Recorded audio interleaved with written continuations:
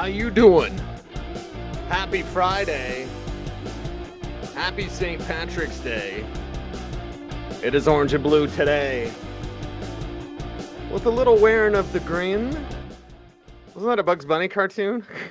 A wearing of the green today, and a special unveil for my man Andrew Mason here, because only he would know the jersey that I'm wearing. It is Friday, March 17th. It is Cecil Lammey. It is Andrew Mason. And Mace, I said it would be Philadelphia Eagles, number 30 from the 90s. Oh. So you've got to give me a guess, brother. And I can give you hints if you'd like. Man, I was hoping it would be like it's not Andre Waters. It's almost Randall Cunningham, because it's those old school. I love these old school Eagles jerseys. Oh yeah, that's like that is the 85 to 95 jersey that they had. Number 30. Oh, Number man. 30. He also played for the 49ers and the Raiders. He went to the University of Tennessee as a running back. Ooh, okay. If I give you his first name, you'll get it. Yeah, I thought it's not Terry Hogue. I say Charlie, you say Garner. Very good. Yep. Wow. Yep. Yeah. So I kind of like those old school jerseys that you kind of forget that players played for that team. You know what I mean? Like I have a Ricky Waters Seahawks jersey. I have a Barry Foster Panthers jersey. So like there's a certain level of jersey collecting that I got into that's crazy. Do you know what my holy grail of jerseys is? It's like the most ridiculous jersey ever. Like you would never think of this jersey in 1,000 years. I might have told you already, but like it's kind of embarrassing that I want this. I've even had people with the Broncos quarterback club reach out to this gentleman who is a coach, I think community college coach now. But do you know my holy grail of Broncos jerseys for the guy, kind of forgotten guys, that played and you kind of forget they played for the Broncos? Would you venture a guess today? Before you said Broncos, I was going to say the holy grail might be like a jersey that was worn for 1 year, like the Patriots 93 jersey that was blue with the red numerals and white trim. Yep. And it looked like a USFL jersey, and then they cleaned it up the following year and changed it right after that. Okay, Broncos. They just threw that jersey together too. Now that you bring that up, they're just like slapping logos, slapping colors. Like it makes no sense. They put all the effort into the Flying Elvis logo design, and it's like, oh, we actually have to wear a uniform with this. Well, crap. And they went, and that's why like 93, 94, 95. They had three different blue jerseys. So if you include 92, when they were still wearing red, at one point, the Patriots literally had 4 jersey designs in 4 years. Wow. And now that's part of the reason why they tell teams you have to stick for 5 years, because if you had that today, it would get insane. All right. So 1 year Broncos player, and it is 94. I'll give you that. It is 94. It's the 75th anniversary, and it doesn't have to be the 75th anniversary jersey, because it's not Terrell Davis, people. Every time I see one of those, I know it's fake, because Terrell Davis was in college in 94. 95 was his rookie year, and I do have kind of an old starter jersey like the Skarner one. I have one of TD, of the orange, of the old 95, Terrell Davis. But that's not my holy grail. I have the weirdest holy grail jersey, and it's just kind of... Are we talking like Leonard Russell or Hugh Millen? Yep, it's Leonard Russell. Okay. And I've had the Broncos quarterback club guy who collects jerseys. He's reached out to Leonard. And Leonard had been like, what? I've asked his teammates. I've asked people on that team. I'm like, could you possibly get me a 94 Leonard Russell jersey? Broncos jersey, 42, right? With the patch. Had the patch. Yeah. And that's you're never going to find it. Never going to find it.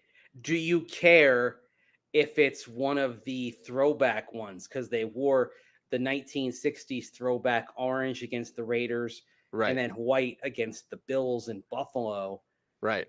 Does it have to be that, or can it just be the regular template? It'd be anything. The throwbacks are great. And that's why when I see those old Elway ones, you'll see some, I think, Mecklenburg ones, some Steve Atwater ones. Like those are beautiful jerseys, man. Beautiful jerseys. But it gets your goad when someone has a Terrell Davis one because he Yes, never wore that. Like exactly. I'm not a fan of anachronisms. Like every time I see the current template orange jersey John Elway, I want to scream.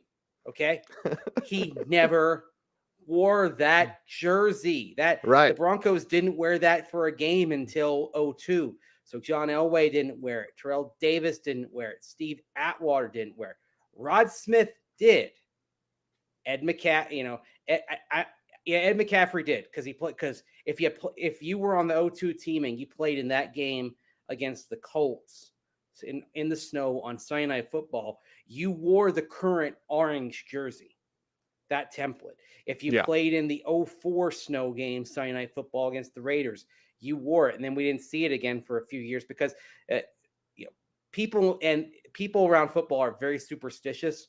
And so when you lose twice on Sunday Night Football in the snow wearing the orange jerseys, that's why they got retired until the '08 season, was because that Mike Shanahan thought they were bad luck. But the thing is, they continue to sell. And then finally, Pat Bowen's like, people are buying these. We actually need to play in them. And so Right. that's when they started wearing them twice a year for 4 seasons. And then it became the full-time jersey in 2012. But yeah. Do you have Yeah. a favorite either Broncos player, 1-year player? Like I know someone who bought a champion Jerry Rice Broncos jerseys. They were for sale.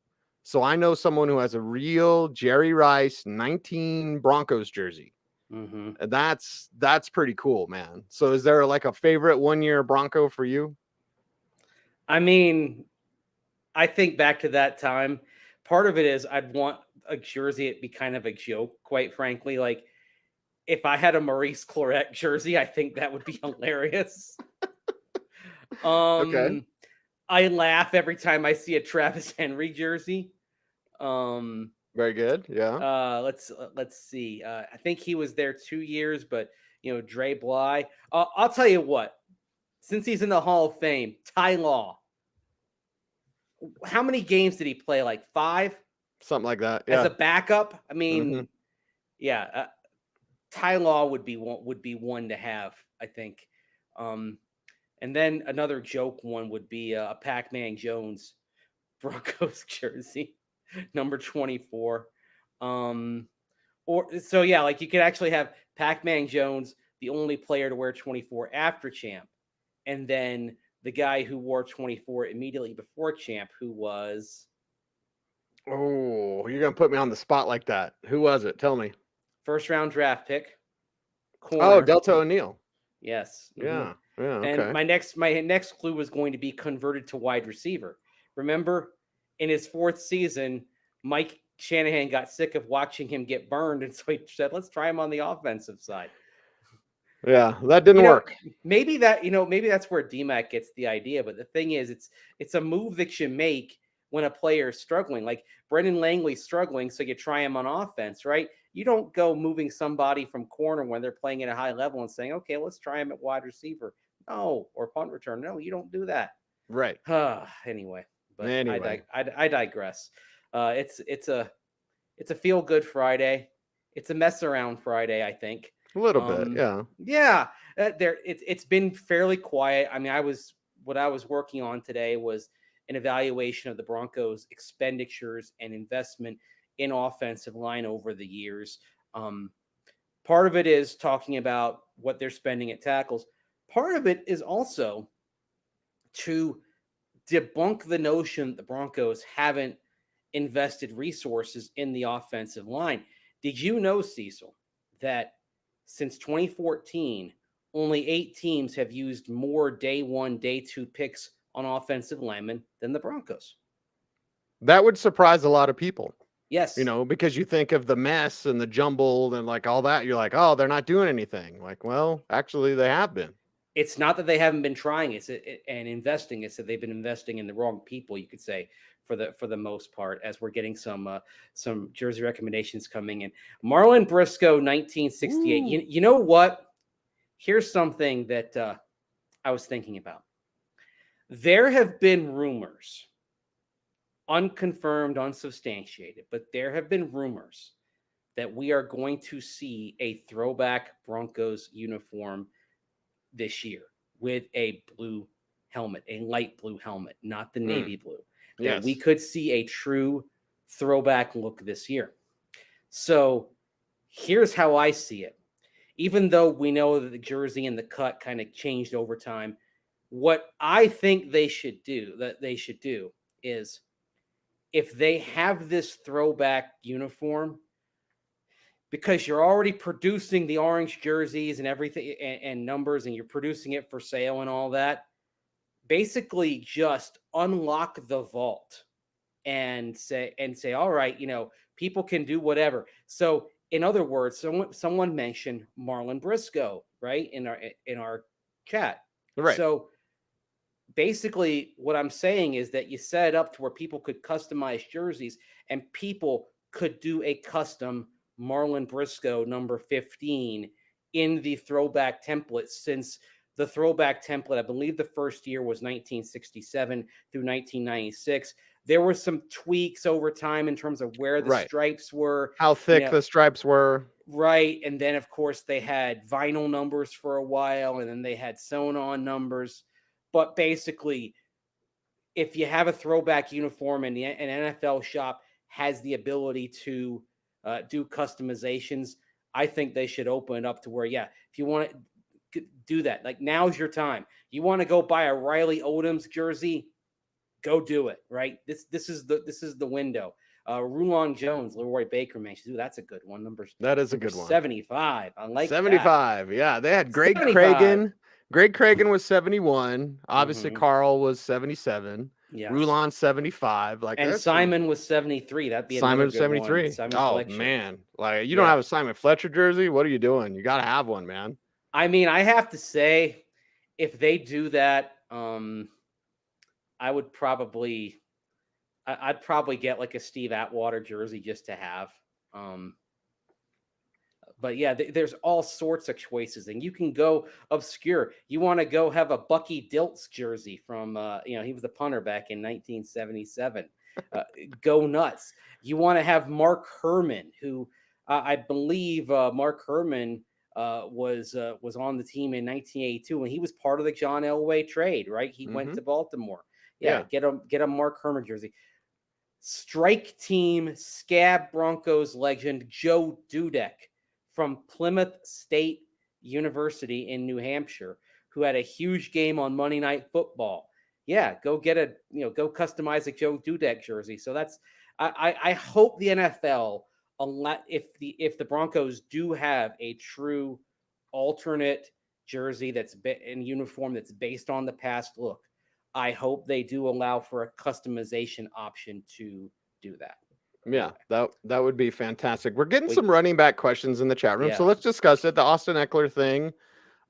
It's a division rival. Usually I just wipe those off the board, but it would be nice to bring him home. And I've always said it, like, of those Colorado backs, Phil Lindsay, Austin Eckler, Christian McCaffrey, I could easily make the argument that Austin was the best one. Yeah, and certainly he's been the most durable. I mean, Christian McCaffrey's terrific, but he hasn't been able to stay healthy. Right. And Philip Lindsay injuries caught up to him pretty quick, accumulated wear and tear. I just don't think the Chargers are going to deal Eckler within the division. So sounds nice. I highly doubt it happens. I wouldn't hold out hope for Austin Eckler being a Bronco, at least not right now. Yeah, and running backs, it's so tough right now. The market at running back, it's like, wow. I know you want to be traded. I know you want to be paid. But man alive, even with the production of an Austin Eckler, teams will just kind of stare. It's like a staring contest, and they're just not going to blink. The funny thing is, I remember talking with Melvin Gordon before he got cut this past season about kind of how teams appreciate you, and how, like, at one point the Chargers, they made him a first-round pick. They did pick up the 5th-year option on his deal. And he thought, okay, that would put him in good shape. But then they pick up Austin Eckler. So Eckler ends up emerging. At that point, the Chargers say, okay, we're going to turn the page. We're not going to give Melvin Gordon a second contract. We're going to move on. And so now the cycle continues. Now it's Austin Eckler's turn to be in a position where the team isn't going to pay him what he hopes they would. And now both sides appear to be looking elsewhere. But that's the order of things for a running back in the NFL. The short life is just incredibly short. Shelf life is incredibly short. And I mean, that's why, look, I mean, everyone likes Javonte Williams around here, but why are we talking so much about the potentially using a third round pick on a running back? And I mean, Javonte ends up kind of being a relief back. Part of it happens quick. And sadly for Javonte, because of the injury, it happened quicker than anybody could have forecast. I think the old song was "Mamas Don't Let Your Babies Grow Up to Be Cowboys." Was that Willie and Waylon? Seems like it was Willie and Waylon. It was, yeah. Some of the outlaw guys, yeah. It should be "Mama Don't Let Your Babies Grow Up to Be Running Backs." Because you mentioned Phil Lindsay. I mean, how often did we talk because fans would be like, "Hey, Phil Lindsay." It's like, well, let's see. And I remember I wrote after his rookie year on denversports.com, and I was like, has Philip Lindsay peaked? And honestly, he did after his rookie season. And you just see it go to, and his style leads you to more punishment. Now, Eckler's a different style. I've often said, like, if you're like Buffalo, even though I want Buffalo to get hammer, like an Eckler would be perfect there. But again, that's interconference, and it's also the Chargers with designs of a deep playoff run. You're going to give Buffalo Austin Eckler. I don't care what they give you in return. Like, that doesn't make sense. So then you'd look to the NFC and, whatever. Has Dalvin Cook been released today? Is there any news today? I was looking over the news wire before we jumped on. I was like, oof, it's a talk about jerseys day. You know what? I'm actually glad that it's a quiet day. We needed it, dude. It's been flipping nuts. I don't know if it's the new schedule for the NFL, the extra week, but man, the NFL just kind of forces its way into the headlines every day. Whew. Yeah, so a slow day's fine. Well, yeah, it really is. You mentioned the extra week in the season, and that just cut into the off season. I mean, training camp doesn't start any earlier, right? Right. Everyone still plays 20 games, including regular season, preseason, but then they created that bye week before the start of the regular season. So that's what we get. But so we get that a little bit of time then, early September, but now we lose it at some point, and we lose it in the past few weeks. And the other thing is also the way the calendar goes. It seems like the league meeting is sooner than it usually is. I feel like in past years, I've been flying back from the league meeting around on March 31st, April 1st. And this year I'm leaving on the 28th, right? I'm going home on that day. So it does feel like everything is compressed. Like, to me, if I were the NFL, first of all, I hate the fact the league year starts the first week in March Madness. That's terrible. But the NFL has to gobble up everything. They want to consume the entire calendar. And honestly, I feel like they would be better citizens of the sports world, at least in this country, if they said, we're going to start the league year next week or the week before, but start it next week. And maybe, have the legal tampering period on Monday, have the league year start Tuesday, and then you go Tuesday, Wednesday. And by the time the games start on Thursday night, we're at the take a breath point, right? That's what I wish the league would do, rather than what it does at this point. Absence makes the heart grow fonder, and if the NFL just took a week off and then oh my god, and then people can go to something else, and it's just this overdose of NFL until July. But it's that's awesome. We eat it up, but we eat it up. I mean, we're willing to provide content to fill that. But I remember when I was a kid, Cecil, and you were in these parts. I was in Tampa, and when football season ended, it was like you kind of put football in a drawer and moved on to other things. For 3 years there, you had the USFL, but you kind of said, okay, we're gonna focus on basketball, right? We're gonna focus on baseball and but basketball would take you all the way to June basically with the NBA, right? There were other things to kind of get your attention. And I think with me, as much as I loved the NFL and I loved going to Bucks games when I was a kid and following that team as bad as they were, and then Washington before we moved to Florida, I was okay with when the season ended kind of putting football in a drawer until the draft. And then the draft happened, and then you kind of pick it up then. And then the draft passed, and then you put it back in a drawer, and then you waited for training camp, right? Right. And I feel like it may, but you said absence makes the heart grow fonder. I feel like there was, that you had a chance to miss the NFL.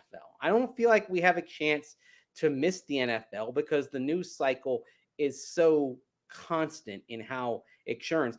And look, I may be the only person in local media saying this, but maybe it's okay the Broncos aren't doing press conferences for these free agents because it does give a chance to kind of sit back and breathe a little bit. Although that being said, I think it would have been wise to have press conferences, hear from the players, get their take on why they became Broncos. Because what happens is when you don't have that, something else fills the vacuum. And usually what fills the vacuum is crap. Yeah. Yeah. So there are new ways out at UCL Training Center, and maybe some uncomfortableness. Andy asks about how do you guys view Samaje Perine as the number one until Javante's ready? He might be the number one even with Javante's back. Like Samaje Perine is one of those guys, and early on in his career, what was he like 3.7 a carry with Washington? It wasn't good. And I love Samaje Perine coming out of college. I love big backs, and I cannot lie. He was my motorboat rookie of the year. And he had that 300-yard game at Oklahoma. I think it was 8 touchdowns. Correct me if I'm wrong, Mace, but he was amazing. He was amazing talent. He got to the pros, and it just didn't really work. And then he reworked his game, became a more well-rounded player, pass protection, receiving back. He's not a route runner per se, but he is a secure receiver out of the backfield, so he can play all 3 downs. And he's been one of those like backups where you're like, oh, if the starter goes down, if Joe Mixon had to miss time, you didn't miss a beat with Samaje Perine. I feel like Khalil Herbert used to back up David Montgomery with Chicago. Like Khalil Herbert, and I think Herbert's better than Montgomery, but like, okay, if Montgomery goes down, you got Khalil Herbert, you're fine.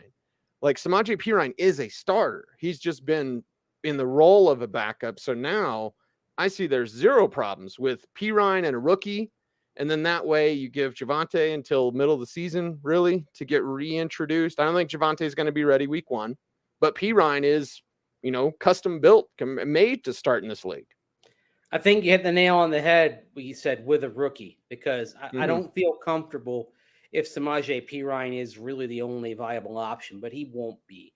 There will be someone else in there, whether it's a rookie, whether it's Latavius Murray, who you just bring back on some cheap contract. Somebody else is going to be there and able to handle the load. So I think it'll be okay. I'm not as high on Perine as you are. At this point, we're not talking about an incredibly explosive back. Like we were talking about yesterday, you need some lightning right now. You got some thunder, you need some lightning. So I think you're looking at backs who've got some significant time speed, who are explosive getting through the hole, and do have the possibility of making an explosive play, which is something that I'm not sure I see coming on a regular basis from Perine if he's getting a huge load of the carries here. So that's where I stand. I mean, it's what they've done is fine. They need to do more, but we're sitting here. It's St. Patrick's Day. We have the second and third waves of free agency, which are quieter, but they'll happen. Right. And then you get into the draft, and then you'll even see some players sign after the draft. Like I'm not terribly concerned. Well, and here's the thing, and the chat room brings it up, Andy. It's like about Latavius. Like, we love Latavius. We love him. Dude, I wouldn't be surprised if it's June and Latavius is still out there. I wouldn't say necessarily August. And again, it goes back to our previous conversation. Like, running back is brutal. Latavius Murray is good, and he might not be a second wave guy. He might not be a third wave guy. He might be hey, we had mini camp, such and such got hurt. Oh, pick up the phone, call Latavius. Yeah. I mean, Cam Fleming signed the night before training camp last year, right? Those guys who are veterans, who are just kind of hanging on, they're going to be there. They're going to be available. And then when that happens, you end up bringing them in, okay? If you need him. There's actually really no reason to even look at Latavius Murray until you get through the draft. Because if you draft Spears from Tulane, I don't see that you need Latavius Murray at that point, Mm-mm. unless somebody gets hurt, right? No. So, but we've seen that before. 10 years ago, Sean Phillips literally visits Broncos headquarters during the draft because the Broncos did not take an edge in round 1. They took Sylvester Williams, an interior defender. And then you break. So draft passes through, you sign Sean Phillips, you end up getting a starting season out of him. 10 sacks. Someone earlier in this chat, when we are talking about 1-year Broncos, mentioned Keith Brooking. Started for the Broncos at linebacker in 2012. They signed him in August, right? There are going to be veteran players that you can strategically use to plug holes who are still going to be out there as you get into the spring and summer. You know, a guy that we know, Ryan Harris, right? Yeah. Ryan Harris filled in for Ryan Clady. Broncos signed him in the middle of OTAs. They signed him in late May, right? So someone like Latavius Murray fits in the category of a player that you can just sign when you get into the late spring. And look, and if he goes somewhere else, more power to him. I don't see that as likely, though, given how teams view older running backs. And there could be a numbers crunch. He could sign somewhere else. There's a number crunch, and all of a sudden in August he's available again. So it's like, it's just kind of the way it is. Now we've got Edward asking about Calais Campbell. We got a little buzzy there with Derek Wolfe contacting Vance Joseph. But like, no, not much there since. I know the hometown thing and all that, and obviously a fine player, but no, not much now. Yeah, not much now. Probably not much reason to rush. I mean, I'll kind of throw, I'll throw the talk about wide receiver in there as well. Okay. I know what Mike Kliss reported yesterday, blah, blah, blah. I still would not be surprised to see a receiver get dealt. And it may happen as you get near the draft because, teams just kind of want to sit. It may even happen during the draft. In fact, that's something to keep your eyes on, is a player or two being dealt actually during the draft. A team doesn't get what it wants in the first round. It wouldn't surprise me if Courtland Sutton is on this team until the draft and then gets dealt on day 2 of the draft, right? Here's the thing with that.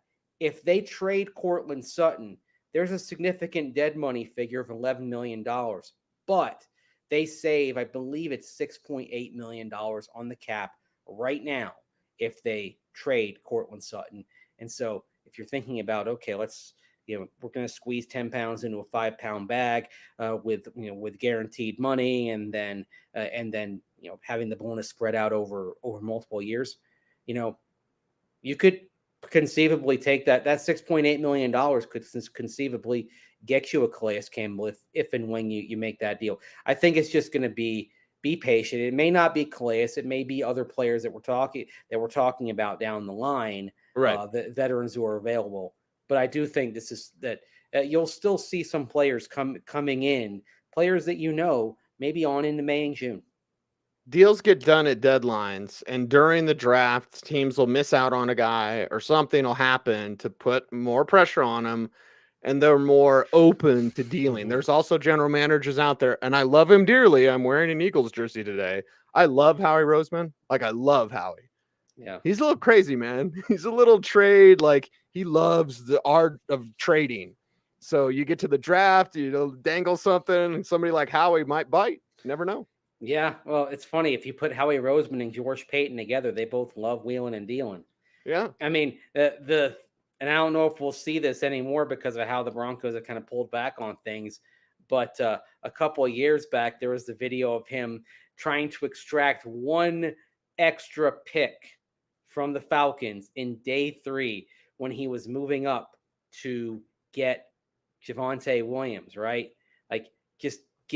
Let's get one more pick. So we keep the same number of draft choices as we had going into that, because he believes in the more darts theory of draft picks, even though those darts might be late in the draft. So anyway, I would love to see like Roseman and Peyton in the same place. Maybe I'll be on the lookout at the league meetings for them talking to each other, because that's another one thing that does happen at the league meetings very quietly is sometimes we see the foundation for deals during the draft. So you have a conversation, outside a meeting room or something like that during the league meetings, and then a few weeks later, you're talking about a draft deal. Oftentimes, the groundwork gets laid when they have those in-person chats in Phoenix there in about a week and a half. Yeah, Elway and Howie would talk a lot, and had anyone gone to Low Millers in Indy a year ago, they would have seen George Payton and John Schneider. The thing that kills me is I've been there a few times over the years. It's so tiny. It's so tiny. Yeah. It used to be called something else, but it's like tiny little bar. I mean, it's basically like it's a kind of an English pub sort of vibe.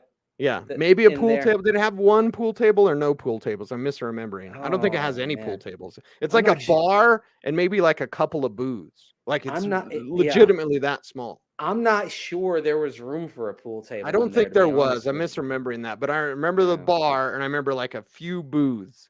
Yeah. It's not very big at all. So yeah, you go there, you see those guys together, you can put enough together. What's interesting is it's kind of a midway point between High Velocity and Prime. Yes, for those who know the bar geography of downtown Indianapolis. You don't want to be walking to Prime though. Prime's a little no. Most people are taking, if they're staying at the JW, they're taking an Uber to Prime.